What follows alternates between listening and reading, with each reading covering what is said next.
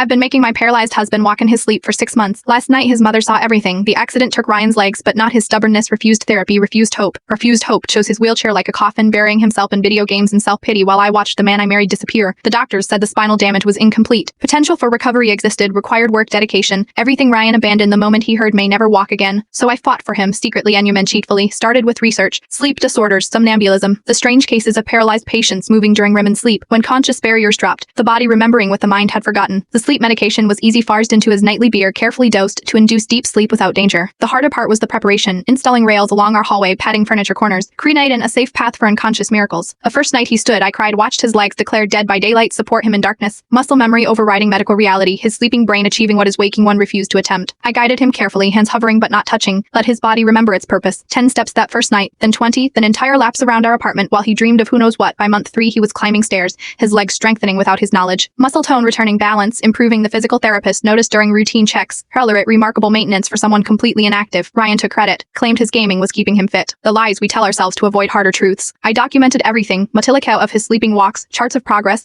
evidence that his paralysis was more mental than physical, waiting for the right moment to reveal the truth, to show him what he could achieve if he just tried. That moment never came. Instead his mother arrived for her monthly visit. Eleanor, who babied him through every cold, who reinforced his helplessness with her hovering, who told anyone listening that her poor broken boy would never recover. She insisted on staying over. Adri the couch despite my protests, promised not to disturb our routine, the routine that included Ryan's midnight walks. I should have skipped that night, let caution override habit, but 6 months of success made me careless. Gave him his medicated beer, waited for the deep sleep. Big in our nightly resurrection, Eleanor's scream shattered everything. Wound her in the hallway, watching her paralyzed son walk past her like a ghost. He'd take me, follow with arms outstretched like some twisted puppeteer. Ryan woke instantly, standing confused. Then the realization hit, his legs supporting him, his body vertical, his mother screaming about miracles and demons in the same breath. Then he fell, not physically, his legs held, but something in his eyes collapsed. The betrayal, the manipulation, the theft of his chosen helplessness. He hasn't walked since, not asleep, not awake, refuses the medication that makes sleep possible, refuses to discuss what happened, refuses to acknowledge that for 6 months his body betrayed his mind's decision to quit. Eleanor left immediately. Elder abuse, criminal charges. As if forcing someone to heal is the real crime, the videos remain on my phone. Proof of potential, evidence of capability. Worthless now that he's chosen paralysis with full knowledge of the alternative. I sleep in the guest room, listen for footsteps that won't come. Dream of the man who walked in his sleep because he couldn't bear to walk in his life. The physical therapist discharged him last week, said there was nothing more she could do for someone who wouldn't participate. Dreading understand how he'd lost all the progress from previous months. Ryan told her he'd been faking the improvement, lying about the maintenance. Anything to avoid admitting he'd been walking without permission, that his body had conspired with his wife against his will to surrender. 6 months of secret steps, kinchias of midnight miles, all erased by one scream and the choice to remain broken, rather than admit he'd been healing. The sleep medication sits in our medicine cabinet, unopened, unnecessary. He's made his choice, he'd rather be paralyzed than prove me right.